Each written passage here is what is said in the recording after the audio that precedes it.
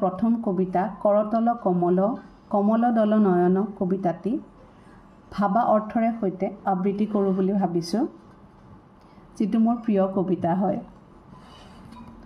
কৰতল কমল কমল দল নয়ন, যাৰ ভৰিৰ তলুৱা পদুমৰ ফুলৰ দৰে আৰু যাৰ চকু পদুমৰ পাহিৰ দৰে। ভৱদৱ দহন গহন বন শয়ন, যি সংসাৰৰ সকলো দুখ নাশ কৰে আৰু যি গভীৰ বনত বাস কৰে।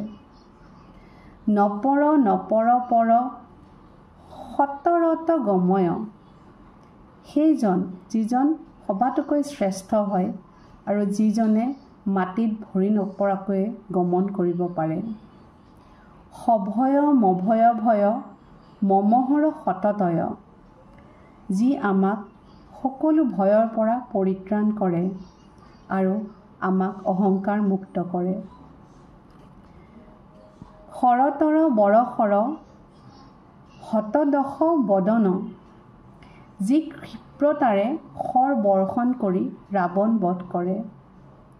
খগচৰ নগধৰ, যাৰ বাহন গৰুৰ পক্ষী হয় আৰু যি গোবৰ্ধন পৰ্বত ধাৰণ কৰে।